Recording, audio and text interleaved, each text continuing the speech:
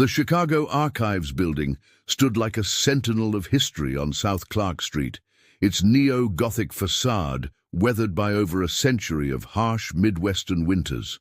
Inside, the climate-controlled basement housed thousands of forgotten moments frozen in time, daguerreotypes, glass negatives, and early photographs that had once meant everything to someone.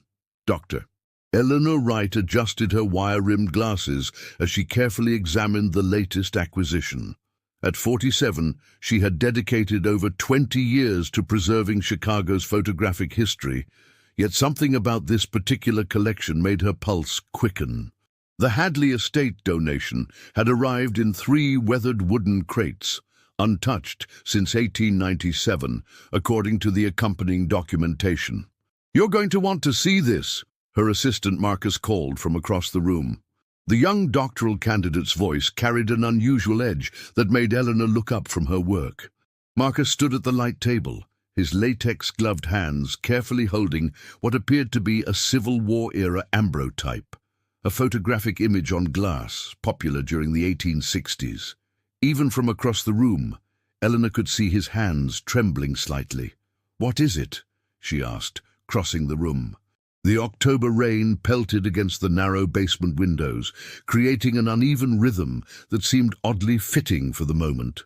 "It's dated 1863, from a photographer in Springfield," Marcus said, his voice hushed. "But there's something not right about it." Eleanor slipped on a fresh pair of gloves and gently took the photograph. It showed a solemn-faced woman in mourning dress, standing behind a seated child of perhaps 5 or 6 years. Standard composition for the era, the long exposure times required subjects to remain perfectly still, explaining their serious expressions.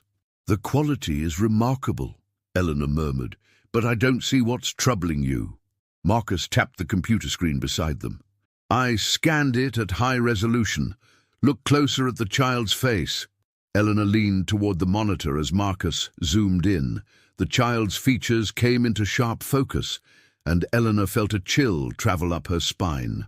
While the mother's face maintained the frozen dignity common to Civil War photography, the child's expression was different. The eyes seemed to be looking directly at the camera with an awareness that felt impossible for the technology of the time. "Could be a coincidence," Eleanor said, though uncertainty crept into her voice. "Early photography has plenty of oddities." "That's not all," Marcus continued, zooming in further. "Look at the child's hands." Eleanor squinted at the screen. The child's fingers appeared to be in motion, blurred in a way that suggested movement during the exposure, which typically lasted several seconds.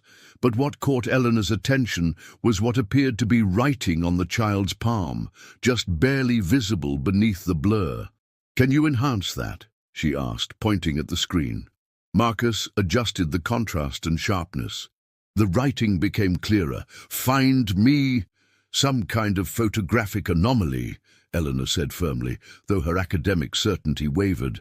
"Or perhaps a darkroom trick. Many early photographers experimented with—" "Dr. Wright," Marcus interrupted. "There's more. The donation records show this came from a family whose child disappeared in 1863. The mother commissioned this photo the day before the disappearance. It was the last image taken of them together." The basement suddenly felt colder as thunder rolled outside. Eleanor stared at the faces in the photograph, the stoic mother and the child with the impossible gaze. "We should document this properly," she said finally, her professional demeanor reasserting itself despite the unease crawling across her skin. "Check the collection for any related correspondence or news clippings." As Marcus turned away, Eleanor found herself unable to look away from the child's eyes. For a moment, just a fleeting instant, she could have sworn they blinked on the screen. The following morning brought clear skies, but did nothing to dispel the unease that had settled over Eleanor. She dreamt of the photograph, of standing in the studio where it was taken, watching the photographer disappear beneath his black cloth while the mother and child remained motionless before the camera. In the dream, the mother had whispered something just as Eleanor woke, leaving her with a lingering sense of dread. The archives were quiet when she arrived at 7:30 a.m., well before the building officially opened. Eleanor preferred these solitary hours when she could work without interruption. Today, however, the silence felt oppressive. She made her way to the research room where they'd left the Hadley materials. The ambrotype sat in a protective case on the examination table, alongside Marcus's preliminary notes. Eleanor picked up his research summary, quickly scanning his findings. Child identified as Elizabeth Hadley, age 6. Mother is Catherine Hadley, widow of Union Captain James Hadley, killed at Gettysburg, she read aloud, her voice echoing slightly in the empty room. The disappearance had occurred on October 17, 1863, almost exactly 162 years ago to the day. According to newspaper clippings Marcus had located online, Elizabeth had vanished from her bed during the night. Despite extensive searches, no trace of the child was ever found. Catherine Hadley had died 3 years later, reportedly from grief. Eleanor set down the notes and turned to the photograph. Something about the timing felt significant. The anniversary of the disappearance coinciding with their discovery of the image. She pulled out her phone and took several pictures of the ambrotype, intending to examine them more closely later. As she reviewed the images on her screen, she noticed something that made her stomach tighten. In her phone's version of the photograph, the child's position appeared slightly different, the head tilted at a different angle than she remembered. "That's not possible," Eleanor muttered, looking between her phone and the original ambrotype. The positions matched perfectly now. She blinked hard, attributing the discrepancy to poor sleep and the strange dreams that had plagued her. The sound of the security door buzzing announced Marcus's arrival. He appeared in the doorway moments later, carrying 2 coffee cups and looking as tired as Eleanor felt. "I couldn't stop thinking about it," he admitted, handing her a cup. "I did some digging into the Hadley family last night." "Find anything interesting?" Eleanor asked, grateful for both the coffee and the distraction from her troubling observations. "The house where the child disappeared still exists," Marcus said. "It's in the Lincoln Park area, been renovated several times, but the original structure remains. And get this, it's been on and off the market for years because no one stays there long." Eleanor raised an eyebrow. "Let me guess, ghost stories?" "Nothing so dramatic, just unexplained occurrences according to real estate blogs. Cold spots, strange noises, the usual claims. But here's the interesting part," he continued, pulling out his tablet and bringing up a web page. "The current owners have been trying to sell for 3 years with no success. They've slashed the price repeatedly. And you think this is connected to our photograph?" "I think it's worth investigating," Marcus replied. "The coincidence of finding this photo almost exactly 162 years after the disappearance seems significant. And there's something else." He pulled a small evidence bag from his pocket and carefully removed what appeared to be a folded piece of yellowed paper. "This was tucked into the backing of the frame. I found it last night after you left." Eleanor took the fragile paper and gently unfolded it. The handwriting was faded, but still legible, a woman's careful script. "My dearest Elizabeth, if you are found, return to where we last embraced. I will wait for you always. Mother." A chill ran through Eleanor that had nothing to do with the archive's temperature control. She looked back at the photograph, at the solemn face of Catherine Hadley, and felt an unexpected connection to the woman's loss. "We should visit the house," she found herself saying. "For research purposes, of course. The architectural elements might provide context for the photograph." Marcus nodded, clearly relieved that she was taking his interest seriously. "I can contact the real estate agent today." As they discussed logistics, neither noticed the subtle change in the ambrotype sitting on the table between them. The child's hand, previously blurred, now clearly visible with palm outstretched toward the viewer. The Hadley house stood on a tree-lined street in Lincoln Park, an elegant Victorian somewhat dwarfed by the newer, more ostentatious homes surrounding it. Despite multiple renovations over the decades, it maintained much of its original character. The ornate woodwork around the windows, the steep pitched roof, the narrow front porch with delicate spindlework. "It's smaller than I expected," Marcus commented as they approached the wrought iron gate. The autumn leaves crunched beneath their feet, and Eleanor pulled her coat tighter against the October chill. "Grand for its time, though," she replied. "Remember, this would have been considered a substantial home for a captain's widow in the 1860s. The real estate agent, a woman named Diane Summers, waited on the porch. Her professional smile seemed slightly strained as she greeted them. "Dr. Wright, Mr. Calloway, so pleased you could make it. I understand you're researching the home's original owners?" "Yes, for the Chicago Historical Archives," Eleanor confirmed. "We've recently acquired some materials related to the Hadley family." "Oh, fascinating," Diane said, though her tone suggested she found it anything but. "Well, the current owners are quite motivated to sell, so they're happy to accommodate any interest in the property. Shall we?" The interior was an uncomfortable blend of modern amenities and preserved historical elements.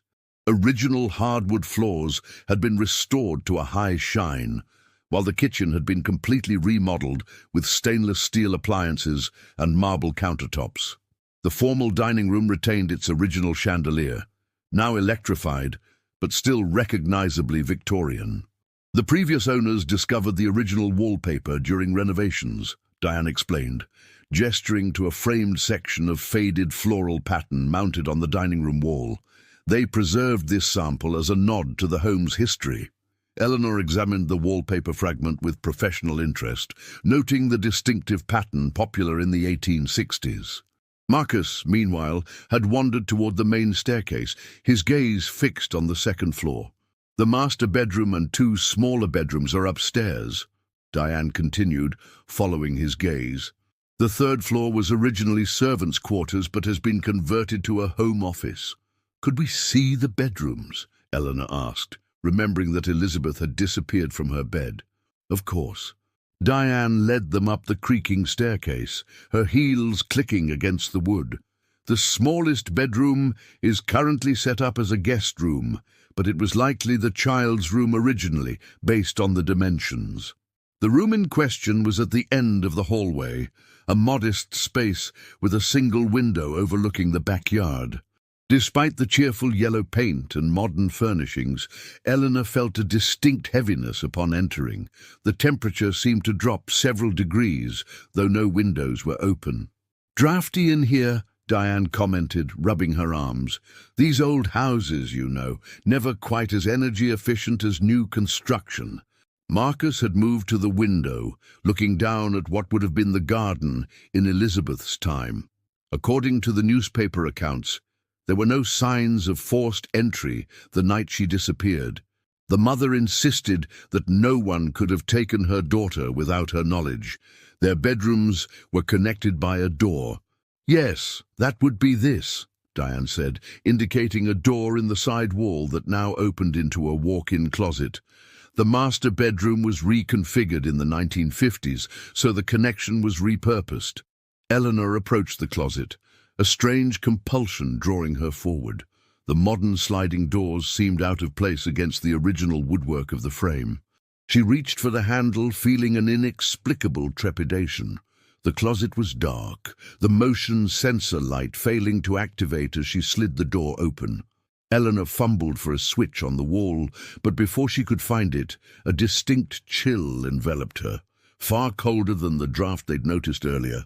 "There should be a pull cord," Diane said from behind her, but her voice sounded distant, as if coming from much farther away than the few feet that separated them. Eleanor reached into the darkness, feeling for the cord. Her hand brushed against something cold and solid that shouldn't have been there. She jerked back instinctively, but not before feeling what seemed like small, icy fingers grasp her wrist. She stumbled backward, colliding with Marcus, who had moved to her side. The closet light suddenly flickered on, revealing nothing but neatly arranged shelves and hanging rods. "Dr. Wright, are you all right?" Marcus asked, steadying her. Eleanor stared at her wrist, where 5 tiny red marks were already forming, like fingerprints pressed too hard against her skin. "Just lost my balance," she lied, pulling her sleeve down to cover the marks. "These old houses have uneven floors." Diane was watching her with an odd expression, part concern, part resignation. "You felt it too, didn't you?" she asked quietly. "It's why we can't sell the house. Not everyone experiences it, but those who do, they never make an offer." "Experiences what exactly?" Marcus asked, his academic skepticism giving way to genuine curiosity. Diane hesitated, glancing around as if afraid of being overheard. "The current owners never stay here overnight anymore. They tried when they first bought the place 3 years ago, but after what happened to their daughter—" "What happened?" Eleanor prompted, rubbing her wrist where the skin still burned cold. "She started talking about a friend named Elizabeth who lived in her closet," Diane said softly. "A friend who wanted to go home but couldn't find her mother. After the sleepwalking incidents, they moved to a condo downtown and listed the house." The name sent a shiver through Eleanor. Outside, the afternoon had grown darker as clouds gathered, casting the small bedroom in gloomy shadow. "We should go," Marcus said suddenly, his earlier enthusiasm dampened. "We've taken enough of Miss Summer's time."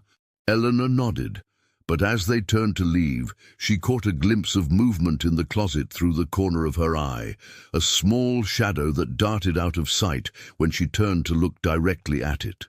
On the drive back to the archives, neither of them spoke about what they had experienced.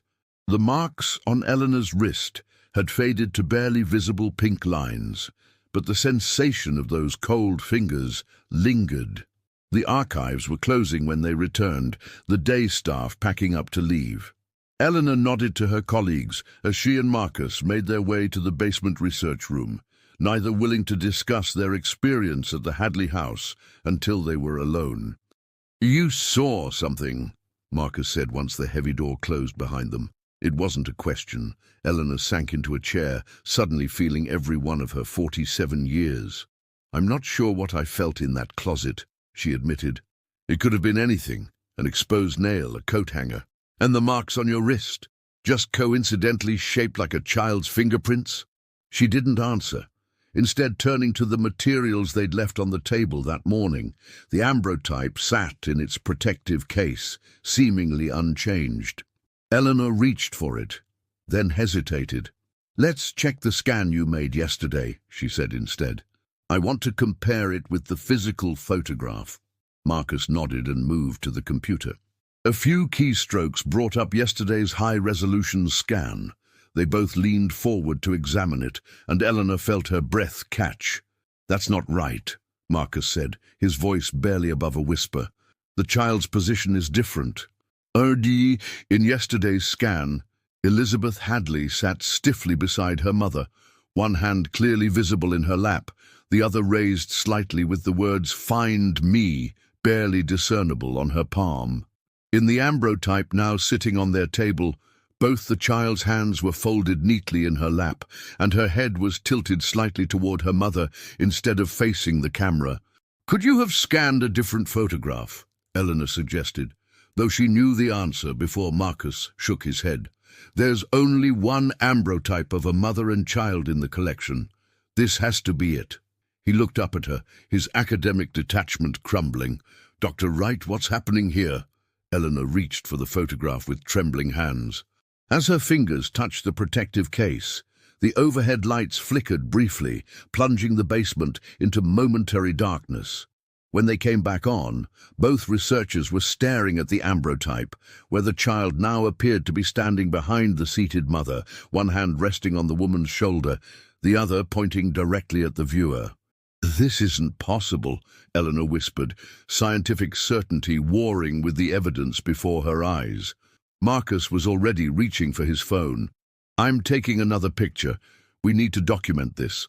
Before he could capture the image, the lights flickered again, longer this time. In the darkness, Eleanor felt a distinct drop in temperature and a subtle pressure change, as if the air in the sealed room had suddenly been displaced.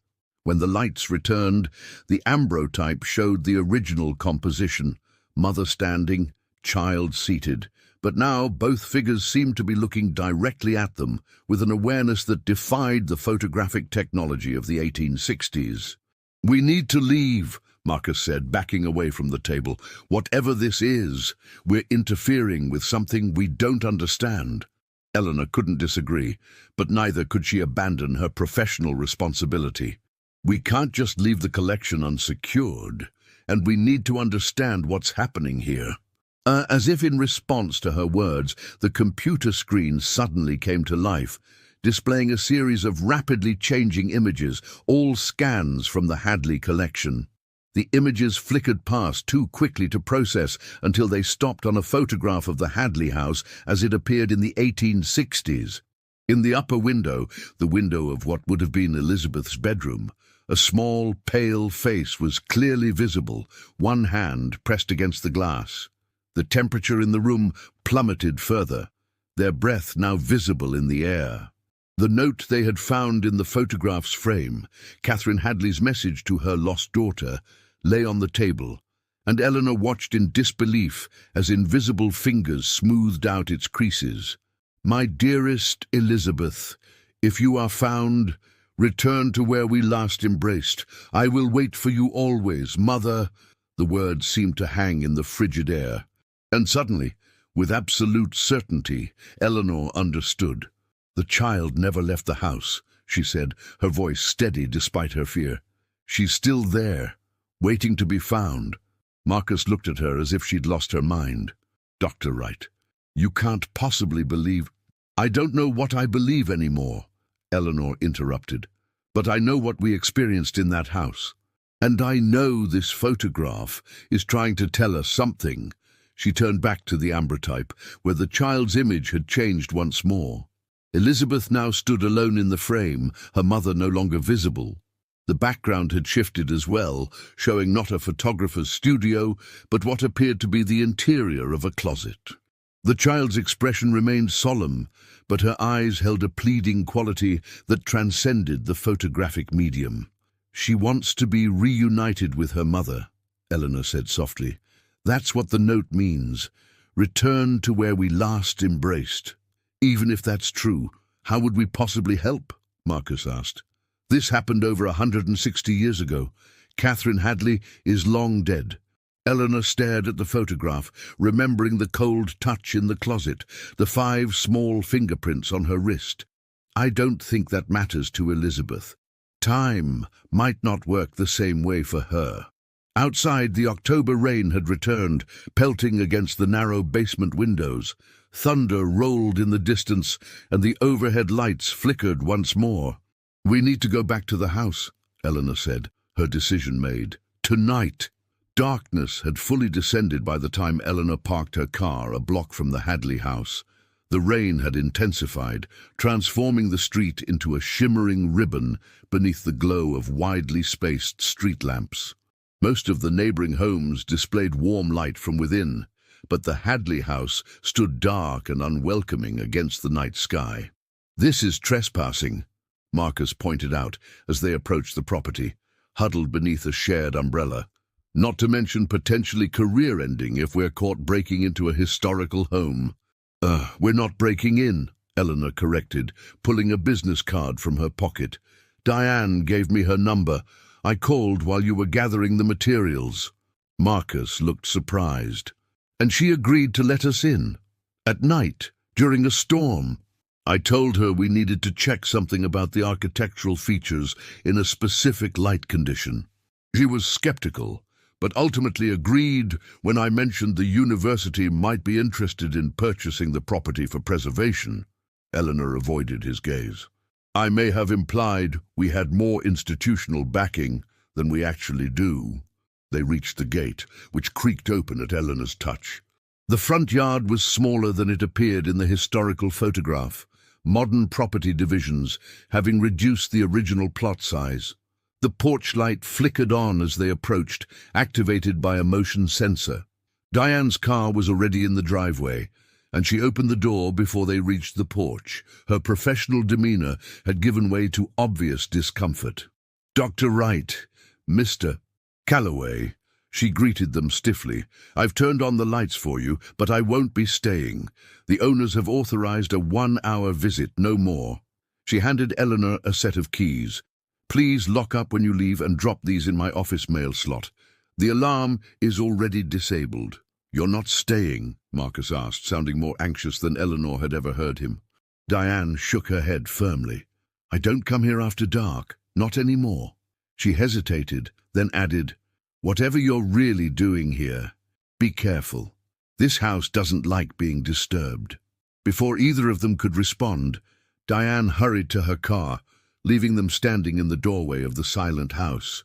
Well, that was ominous, Marcus muttered as they stepped inside.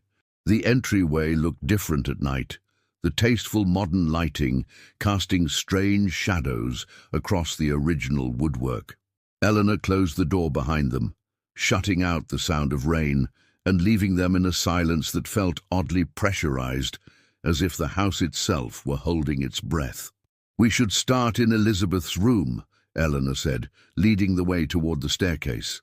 She carried a small bag containing the ambrotype in its protective case, and Catherine Hadley's note. As they climbed the stairs, Eleanor noticed Marcus constantly checking his phone. No signal, he confirmed when he caught her looking. Not surprising in this weather, I guess. The upstairs hallway stretched before them, the door to Elizabeth's former bedroom visible at the far end. Unlike their daytime visit, all the doors along the corridor stood slightly ajar, as if inviting inspection. The air felt heavier with each step they took toward Elizabeth's room. The yellow paint that had seemed cheerful in daylight now appeared sickly under the artificial lighting. The guest room furniture, a queen bed, a nightstand, a small writing desk, seemed out of place, as if superimposed on a different reality. The closet, Eleanor said, moving toward the sliding doors. That's where I felt the presence. Marcus hung back, his academic skepticism clearly at war with his unease. What exactly are we hoping to accomplish here, Dr. Wright? We can't actually believe we're going to help a ghost find her mother. Eleanor turned to face him. I don't know what I believe anymore, Marcus, but I know what I felt in this house, and I know what we both saw happen to that photograph. Something is connecting these events across time, and it centers on this room, on this closet. She reached into her bag and removed the ambrotype and the note. The photograph had changed again since they left the archives. Now it showed only the child, standing alone in what appeared to be this very room, though as it would have looked in the 1860s. I think we need to return these to where they belong, Eleanor said, sliding open the closet door. The motion sensor light failed to activate, just as it had during their previous visit. The closet interior remained dark, but Eleanor could make out the back wall, seemingly closer than it should have been given the room's dimensions. She stepped forward, feeling the same cold that had enveloped her earlier. Behind her, Marcus switched on his phone's flashlight, illuminating the shallow space. The modern shelving and hanging rods looked strangely insubstantial, as if they might fade away at any moment. There's something behind this wall, Eleanor said, pressing her palm against the back panel of the closet. It feels hollow. Marcus directed his light to where she was touching. It could be a sealed doorway.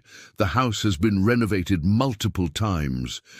Eleanor ran her fingers along the edges of the panel, feeling for any irregularity. Near the bottom, her hand encountered a slight protrusion, barely noticeable unless specifically searching for it. There's some kind of latch or handle here, she said, bending down to examine it more closely. As her fingers closed around the small metal fitting, the house's electrical system surged. The lights brightened to an almost painful intensity, then plunged them into complete darkness. The sudden silence suggested a power outage affecting the entire block. "Marcus!" Eleanor called, her voice sounding muffled in the closet's confines. "I'm here," he answered, his phone light cutting through the darkness once more. "Power's out. We should probably leave." Eleanor turned back to the panel, a strange certainty guiding her actions. "Not yet. Help me with this." Together, they applied pressure to the hidden latch. The panel resisted briefly, then swung inward with a groan of long undisturbed hinges, revealing a small, dark space beyond. A hidden room, or perhaps a forgotten section of the original closet that had been walled off during renovations. The air that escaped from the opening was stale and cold, carrying a faint scent of lavender and something else, a medicinal smell reminiscent of camphor. Marcus directed his light into the space, revealing peeling wallpaper with the same pattern they had seen preserved in the dining room. "This is original to the house," Eleanor whispered, stepping carefully into the hidden space. It was just large enough for a small child to hide in, or to be hidden. The beam of Marcus's flashlight illuminated something on the floor, a small, dark object that at first appeared to be a bundle of cloth. As Eleanor knelt beside it, she realized with a shock that it was a child's dress, preserved in the sealed space for over a century and a half. Beside it lay a small porcelain doll with a cracked face, its painted eyes staring sightlessly upward. "My God," Marcus breathed. "Do you think—" Before Eleanor could respond, the temperature in the small space plummeted. Their breath clouded before them, and the light from Marcus's phone began to flicker. Eleanor gently placed the ambrotype and Catherine Hadley's note beside the dress and doll. "We've found you, Elizabeth," she said softly. "We've brought your mother's message." The phone light died completely, leaving them in absolute darkness. In the silence that followed, Eleanor felt rather than heard a presence moving in the space between them. A cold pressure brushed against her cheek, the ghost of a small hand reaching out in gratitude or farewell. Then, from somewhere in the darkness, they heard the unmistakable sound of a child's laughter, distant at first, then fading to nothing, as if receding through layers of time. Light suddenly flooded the space as the house's power returned. Eleanor blinked against the brightness, then looked down at where she had placed the photograph and note.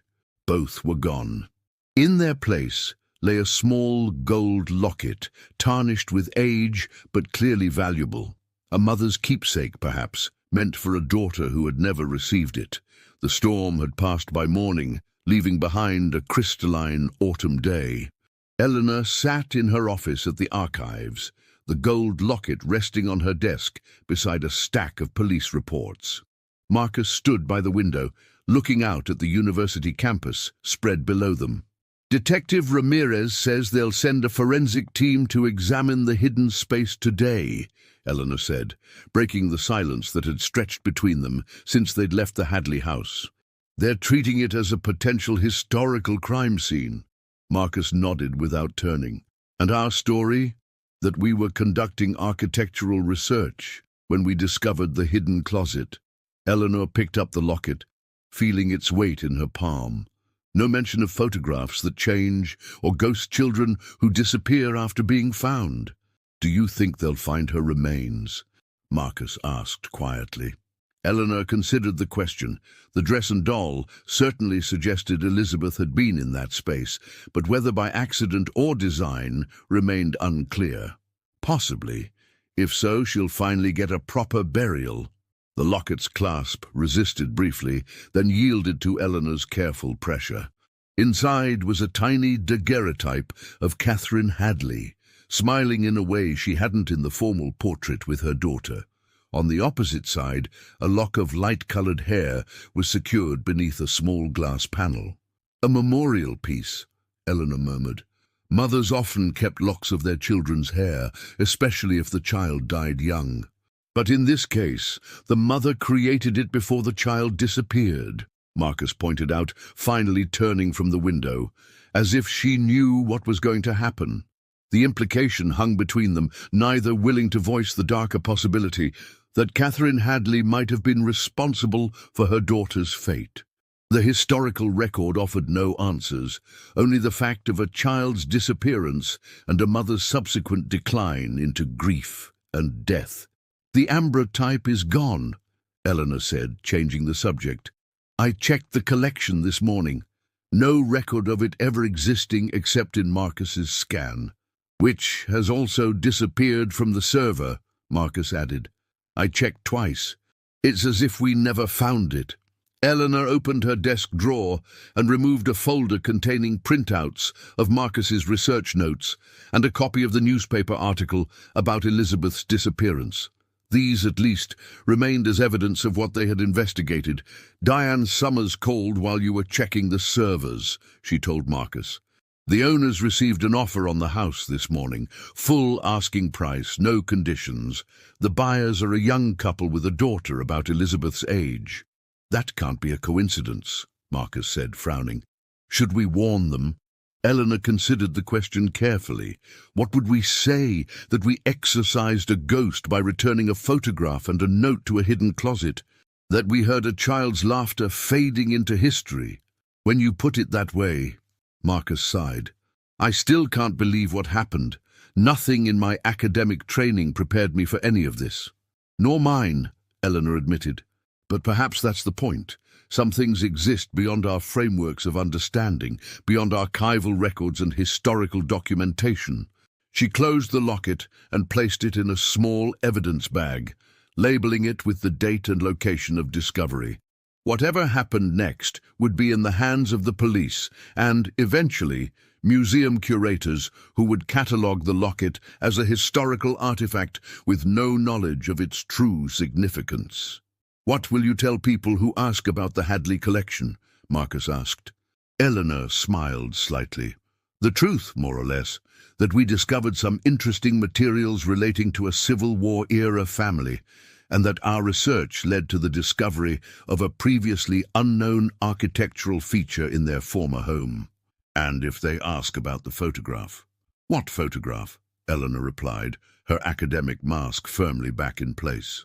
"There's no record of any ambrotype of Catherine and Elizabeth Hadley in our collection."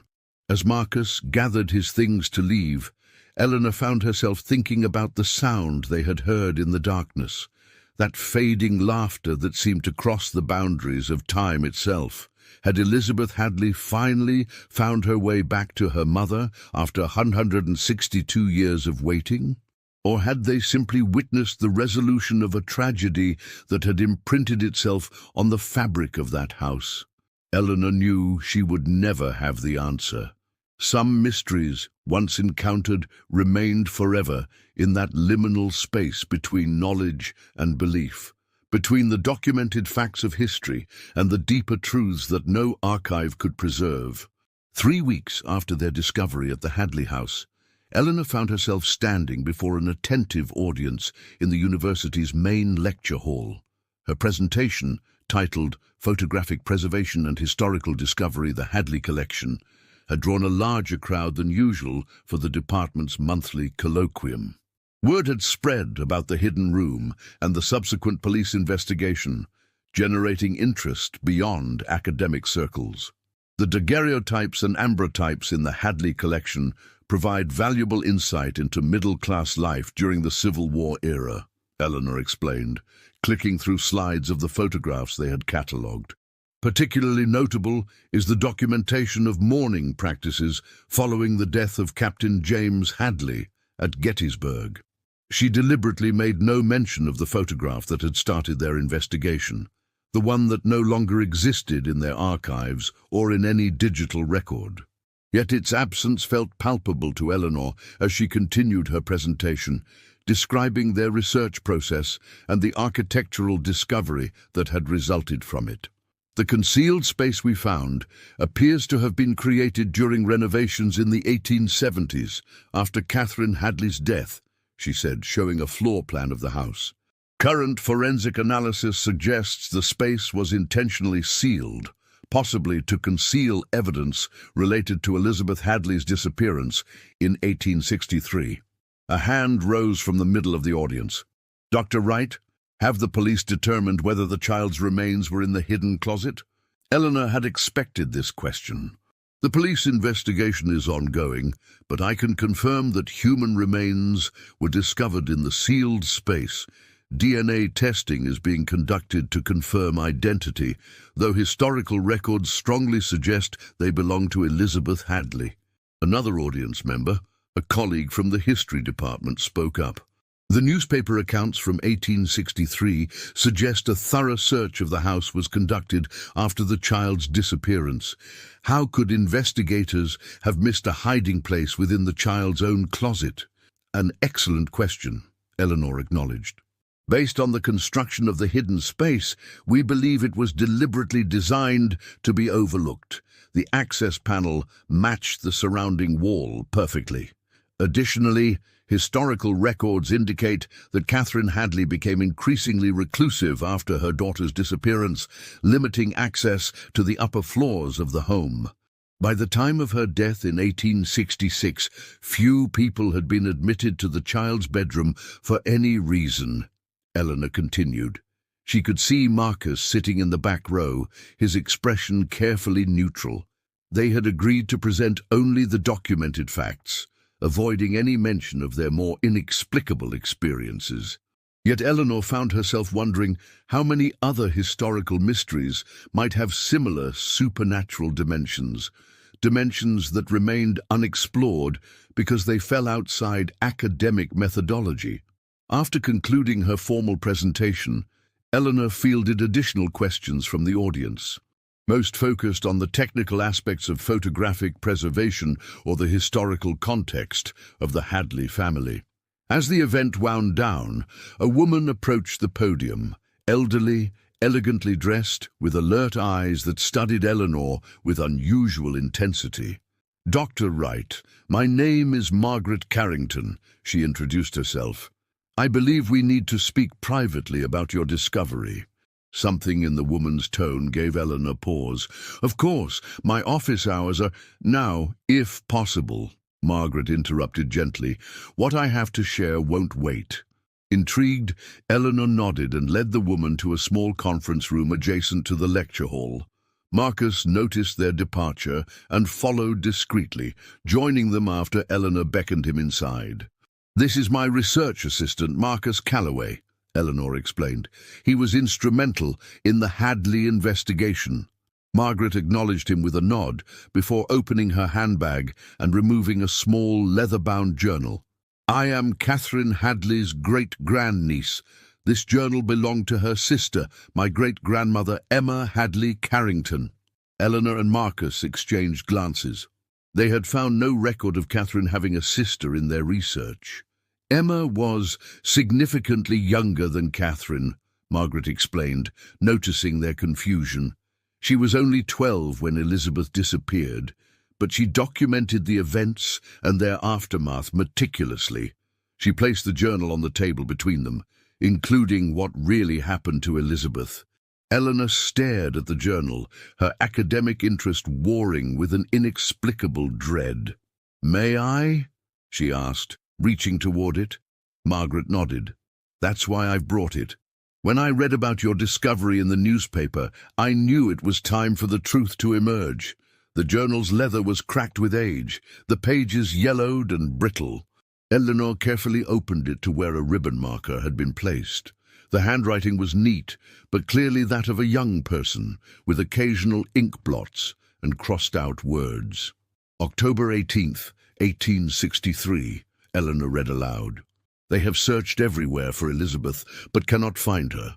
Catherine refuses to leave her room. Father says she is overcome with grief, but I heard her speaking to someone last night when I passed her door. She was saying, 'You'll be safe there until I join you. No one will ever separate us again.'"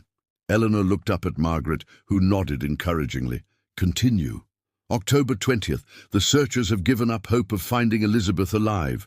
They believe she was taken by someone passing through town, perhaps a peddler or vagabond. Catherine has emerged from her room at last, but seems altered. She speaks of Elizabeth in the present tense and has forbidden anyone to enter the child's bedroom, saying Elizabeth would not want her things disturbed." Marcus leaned forward. "This suggests Catherine knew what happened to her daughter."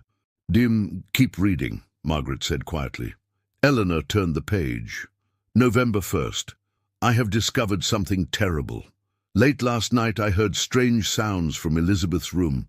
When I crept from my bed to investigate, I found Catherine kneeling before the closet in Elizabeth's bedroom, speaking softly, as if in conversation. "Soon, my darling," she was saying. "Just a little longer and then we'll be together always." When she left, I looked in the closet but found nothing. Yet the lavender scent Elizabeth always wore lingered in the air. A chill ran through Eleanor as she recalled the lavender and camphor scent they had encountered when opening the hidden space. She continued reading. November 15th. I have learned the truth, though I can scarcely bear to write it. Catherine has been using laudanum since Captain Hadley's death. Dr. Morrison provides it to help her sleep, but I fear she has become dependent on its effects. Yesterday, in a moment of confusion, she mistook me for a grown Elizabeth and spoke of how she had kept me safe from them. When I asked who they were, she said, "The recruiters. They were coming for you next, just as they took your father. I couldn't lose you both." "My God," Marcus whispered. "She thought they would take Elizabeth for the war effort?" Catherine's mind was increasingly affected by grief and laudanum, Margaret explained. "According to my great-grandmother's account, Catherine became convinced that Union recruiters would somehow take her daughter, despite the impossibility of such a thing." Eleanor turned another page. December 10th. Catherine speaks now of joining Elizabeth soon. I am frightened by her talk and have told father, but he dismisses my concerns as childish fancies. I tried to show him the hidden panel I discovered in Elizabeth's closet, a clever construction that reveals a small space behind, but found it sealed shut. I heard scratching from within, but could not open it. When I told father, he scolded me for making up stories about poor Elizabeth. The implications were becoming unbearably clear. Eleanor looked at Margaret, who sat with the composed dignity of someone long burdened with a terrible family secret. "You believe Catherine hid Elizabeth in that space?" Eleanor asked softly. "Not just hid her," Margaret replied. "Emma's later entries suggest Catherine kept her daughter sedated with laudanum, convinced she was protecting her. She likely intended to join her in death, but not before ensuring no one would find Elizabeth's hiding place." "But why didn't Emma tell anyone else?" Marcus asked. "She tried," Margaret said. "The final entries describe how no one believed her. A child's imagination, they said. By the time she was taken seriously, Catherine had died, the house had been sold, and the new owners had renovated, sealing the hidden space completely." Eleanor thought of the child's dress they had found, the porcelain doll with its cracked face, and the locket, a mother's keepsake meant for a daughter who never grew up to receive it. "The photograph led us to her," Eleanor said almost to herself. "After all this time." "What photograph?" Margaret asked. Eleanor hesitated, then decided that Margaret Carrington, of all people, deserved the complete truth. "A photograph of Catherine and Elizabeth that changed. It showed us what to look for, where to find her." Instead of the skepticism Eleanor expected, Margaret simply nodded. Emma wrote about a photograph that Catherine commissioned just before Elizabeth's disappearance. She claimed that in certain lights, the child's expression seemed to shift from solemn to frightened. The three sat in silence for a moment, each contemplating the tragedy that had unfolded over a century and a half ago. A mother's mind broken by grief and fear, a child hidden away and forgotten, a young sister unable to convince anyone of the truth. "What will happen to Elizabeth's remains?" Margaret finally asked. "Once the police investigation concludes, they'll likely be released for proper burial," Eleanor explained. "As her closest living relative, you would have the right to claim them." Margaret nodded. "I would like to have her interred beside her mother. Whatever Catherine did, she believed she was protecting her child. They should rest together now." As they prepared to leave, Margaret paused at the door. "There's one more thing you should know, Dr. Wright. The house has been sold again. The young couple who purchased it backed out after learning about the discovery." "I'm not surprised," Eleanor said. "Few people would want to live in a house with such a history." "Perhaps," Margaret agreed. "But Emma's journal mentions something else, something I've always wondered about. In her final entry about the Hadley house, written years later when she revisited it as an adult, she wrote, I felt them both there still, waiting, not in anger or in sorrow, but in patience.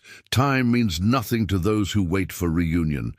After Margaret left, Eleanor and Marcus returned to the conference room, the journal still open on the table between them. "Should we include this in our report?" Marcus asked. "It changes everything we thought we knew about the case." Eleanor considered the question carefully. "We'll document the journal as a new addition to the historical record. But as for what really happened in that house, what continues to happen there," she closed the journal gently. "Some things exist beyond historical documentation, Marcus. Some stories write themselves across time in ways we can only glimpse, never fully understand." Outside, the October afternoon was fading into evening, the early darkness of late autumn settling over the campus. As Eleanor gathered her materials, she found herself thinking about the photograph that had started their investigation, the image that had changed before their eyes, leading them to a truth hidden for over a century and a half. She wondered if, somewhere beyond the boundaries of time and understanding, Catherine and Elizabeth Hadley had finally found the reunion they had waited so patiently for. And she wondered what other stories might be waiting in the archives, their truths concealed in images and documents that only needed the right eyes to see them, to truly see them, across the vast distance of years. The Chicago winter arrived early that year, blanketing the city in snow by mid-November. Eleanor found herself increasingly preoccupied with the Hadley case, despite her efforts to move on to other research projects.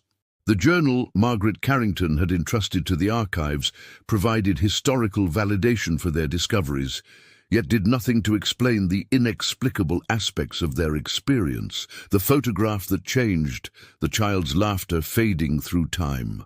On a particularly bitter Thursday afternoon, Eleanor sat in her office, reviewing the forensic report that had finally been released.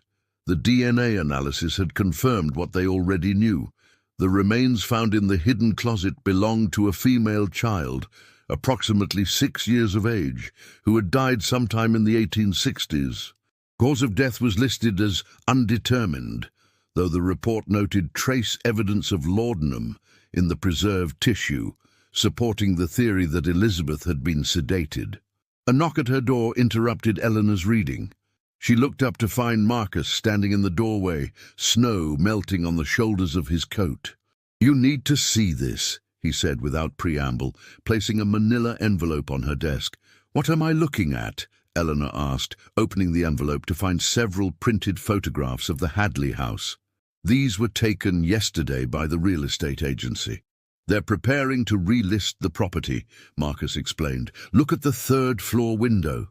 Eleanor examined the image, a standard exterior shot of the Victorian home, now looking particularly somber against the snow-covered landscape.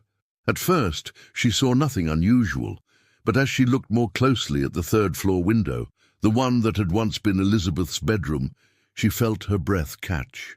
A small, pale face seemed to be looking out, one hand pressed against the glass exactly as they had seen in the historical photograph displayed on the computer screen that night in the archives. "This could be a reflection or a trick of light," Eleanor said, though she didn't believe it herself. "That's what I thought," Marcus replied. "So I went to the house this morning." Eleanor looked up sharply. "You went back? Alone?" He nodded, looking slightly embarrassed. "I told myself I was just being thorough. The forensic team finished their work weeks ago, and the house is empty now." He pulled out his phone and brought up a photo. "I took this from the street, same window, same time of day." The image on his phone showed the same view of the house, but the window was clearly empty, no face, no hand pressed against the glass. "I decided to check inside," Marcus continued. "Diane gave me access. She's as curious about all this as we are. The room is completely empty now, no furniture, nothing." "But," Eleanor prompted, sensing there was more. "But this was on the floor in the middle of the room." He reached into his pocket and placed a small object on Eleanor's desk, a tiny gold button engraved with an anchor design. Eleanor picked it up carefully. Civil War-era naval uniform button, she identified immediately, like one Captain Hadley might have worn. Exactly. But it wasn't there during the forensic investigation.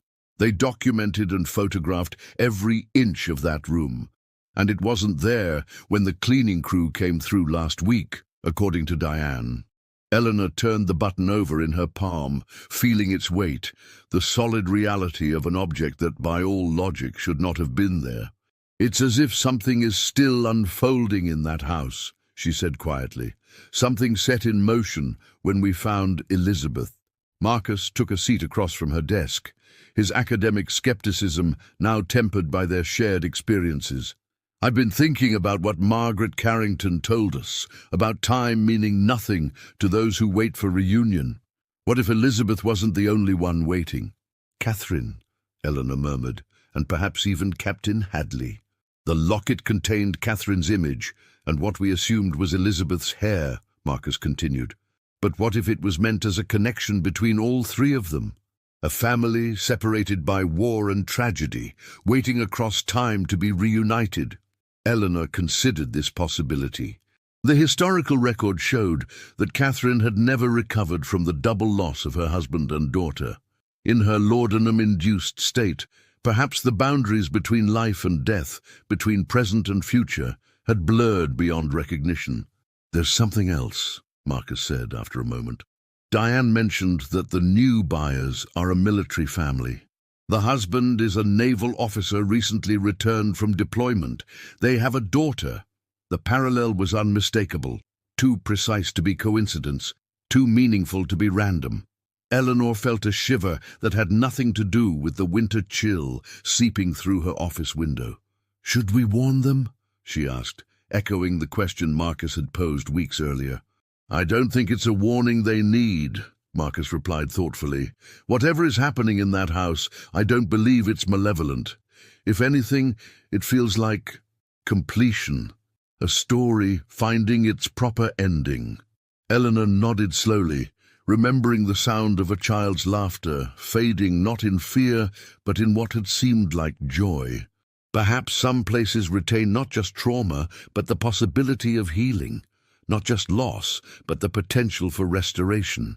She picked up the forensic report again, looking beyond the clinical language to the human story it represented. A mother driven to desperate measures by fear and grief. A child hidden away in what was intended as protection. A sister who carried the truth through decades of disbelief. "The funeral for Elizabeth is scheduled for next week," she said.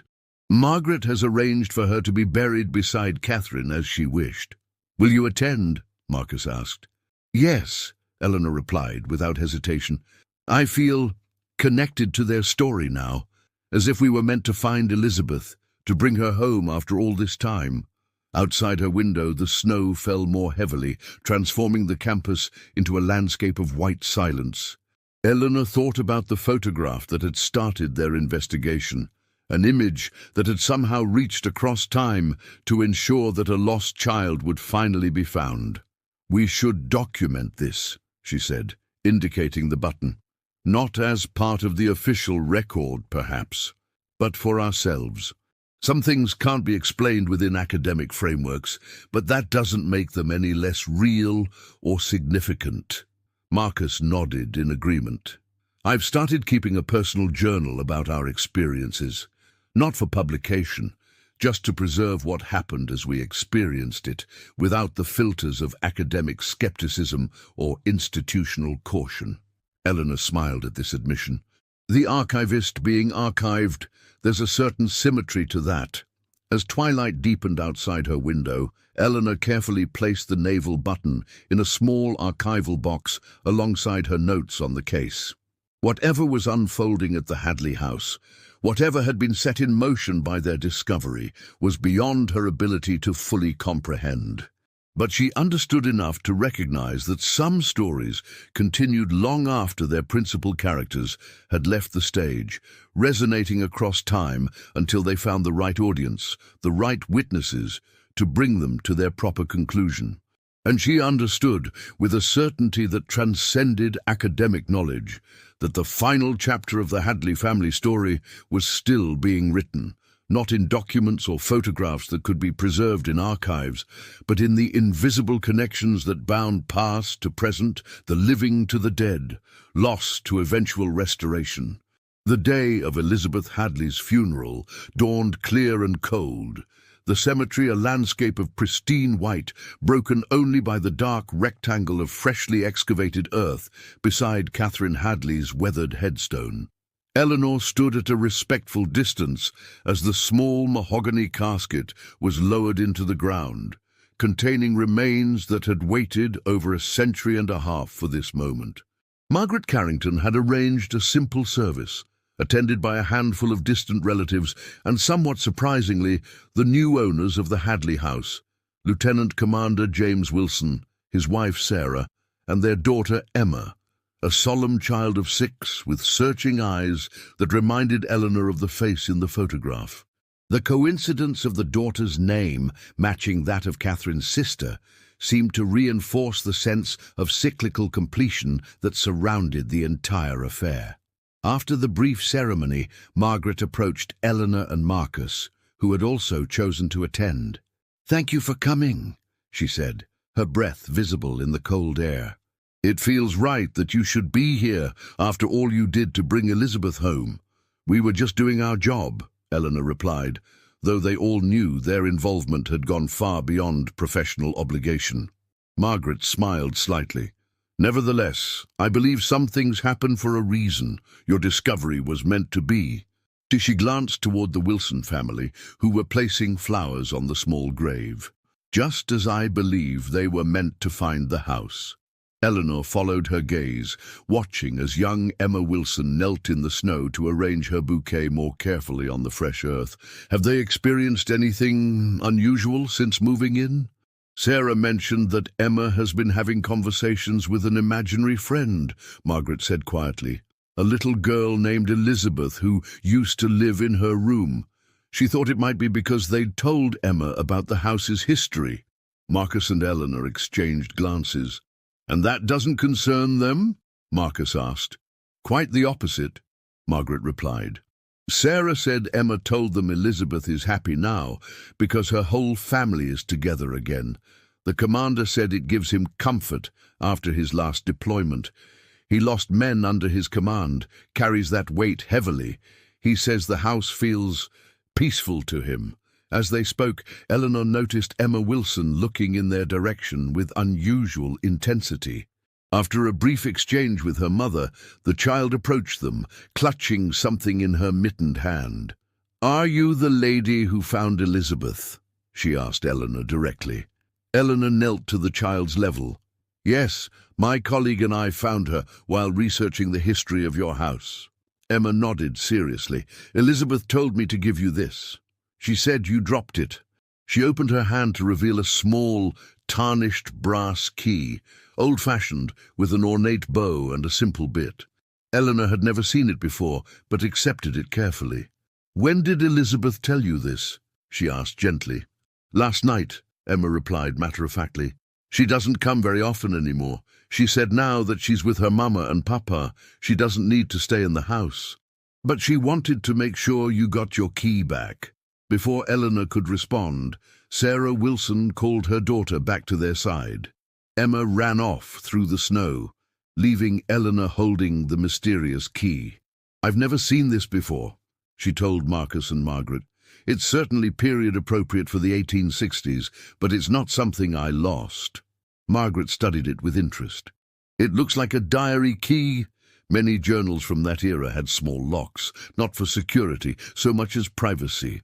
The suggestion triggered a memory. Eleanor reached into her bag and removed Emma Hadley's journal, which Margaret had donated to the archives. The small leather-bound volume had no visible keyhole, but as Eleanor examined it more closely, she noticed a slight irregularity in the binding, a narrow slot concealed within the leather spine. With careful fingers, she inserted the key into this hidden aperture. It fit perfectly. When she turned it, they heard a faint click, and the binding relaxed slightly. Gently separating the back cover from the final page, Eleanor discovered a hidden compartment containing a folded piece of paper and a small daguerreotype she had never seen before. The photograph showed the complete Hadley family, Catherine, Captain James, and Elizabeth, posed formally but with genuine smiles that were unusual for photography of that era. The paper proved to be a letter in Catherine's handwriting, dated October 15, 1863, 2 days before Elizabeth's disappearance. "My dearest Emma," Eleanor read aloud, "if you are reading this, then what I fear has come to pass. The visions that have plagued me since James's death have grown stronger. I see men coming for Elizabeth as they came for her father. I cannot lose her too. By the time you find this, we will be gone from this world of sorrows. Do not grieve for us. We will be together, the three of us, as we were meant to be. In time, perhaps you will understand. Your loving sister, Catherine."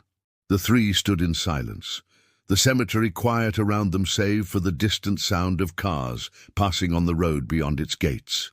The Wilson family had already departed, leaving only a caretaker who waited patiently by the open grave, ready to complete his work once they left. "She planned it," Marcus said at last. "Not just hiding Elizabeth, but her own death as well. A murder-suicide driven by delusion," Eleanor added softly. "Yet somehow across time they found a way to communicate, to influence events in our world." Margaret took the letter and photograph, studying them with a complex expression. "My great-grandmother carried the guilt of not being able to save Elizabeth all her life. She would be comforted to know they've found peace at last." As they prepared to leave the cemetery, Eleanor found herself looking back at the fresh grave beside the weathered headstone. The Wilson child's words echoed in her mind. "She doesn't come very often anymore. She said now that she's with her mama and papa, she doesn't need to stay in the house." Some academic part of her still searched for rational explanations. Coincidence, suggestion, the power of narrative to shape perception. But another part, perhaps the more essential part, understood that some truths existed beyond the reach of documentation, beyond the capabilities of historical research to fully capture. "What will you do with the key?" Marcus asked as they reached their cars. Eleanor considered the small brass object now warm from her hand. "Return it to the archives," she decided, "with a note about its discovery. Future researchers may make of it what they will." 1 year later, Eleanor stood in the main gallery of the Chicago Historical Society, surveying the newly opened exhibit, Hidden Histories, Rediscovering Chicago's Past. At its center stood a glass case containing the artifacts from the Hadley investigation, the locket, the naval button, Emma's journal open to its revealing pages, and the key that had unlocked its final secret.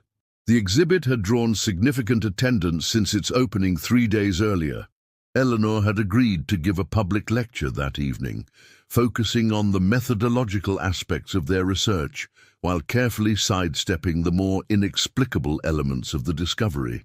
As she made a final review of the displays, Eleanor noticed a family entering the gallery: Lieutenant Commander Wilson, his wife, and their daughter Emma, now 7 years old. They hadn't spoken since the funeral, though Eleanor had heard through Margaret Carrington that they were settling well into the house, with no further unusual occurrences. Emma spotted Eleanor and waved excitedly, breaking away from her parents to approach. "Dr. Wright, did you like the picture I drew? Dad said you put it in your show." Confused, Eleanor smiled at the child.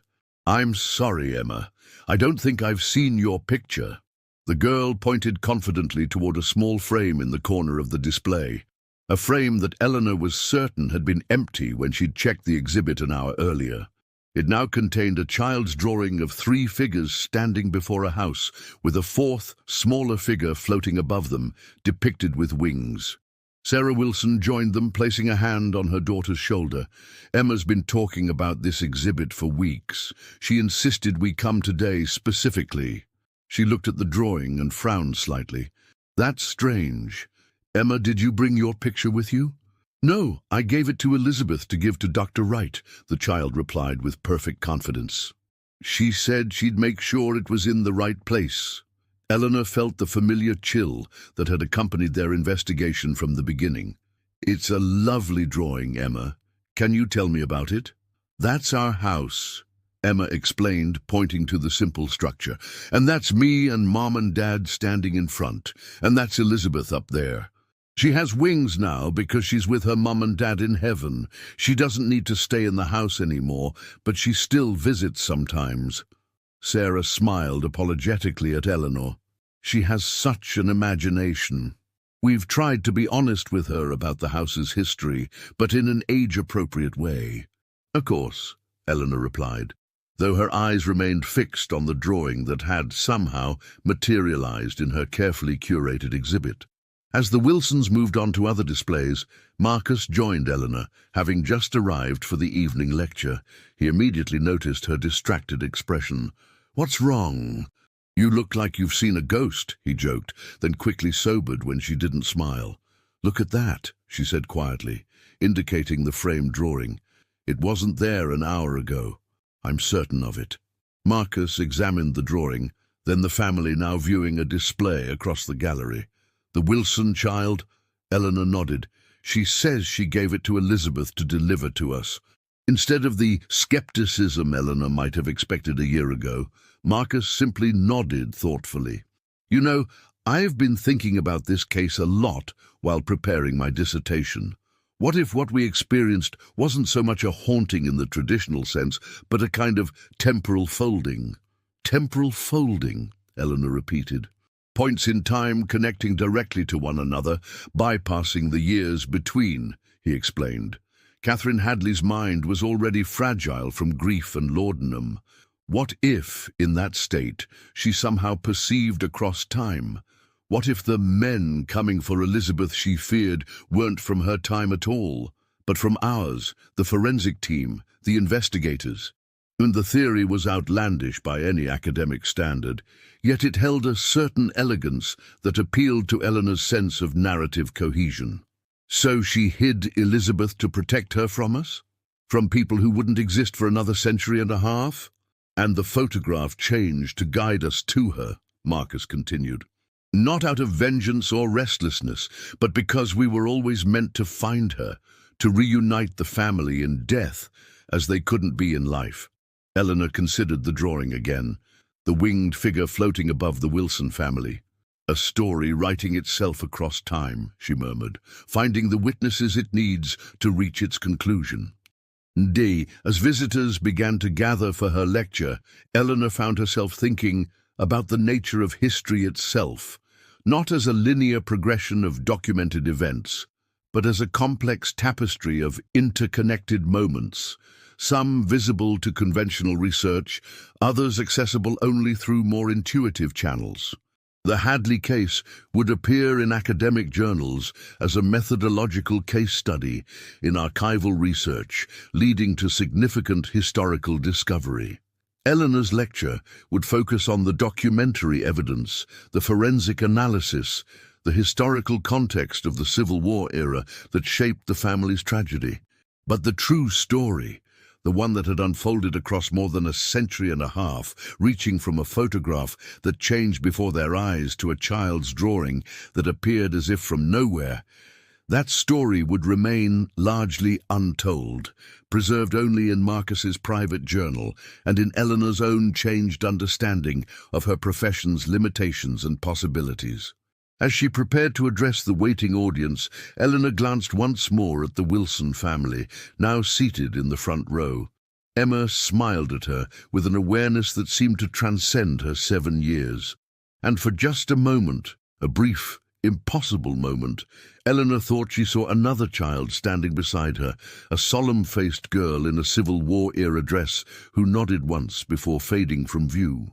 Eleanor smiled and began her lecture, speaking not just about what could be documented and verified, but about the spaces between recorded facts where human experiences continued to resonate across time, waiting only for the right witnesses to bring them at last into the light.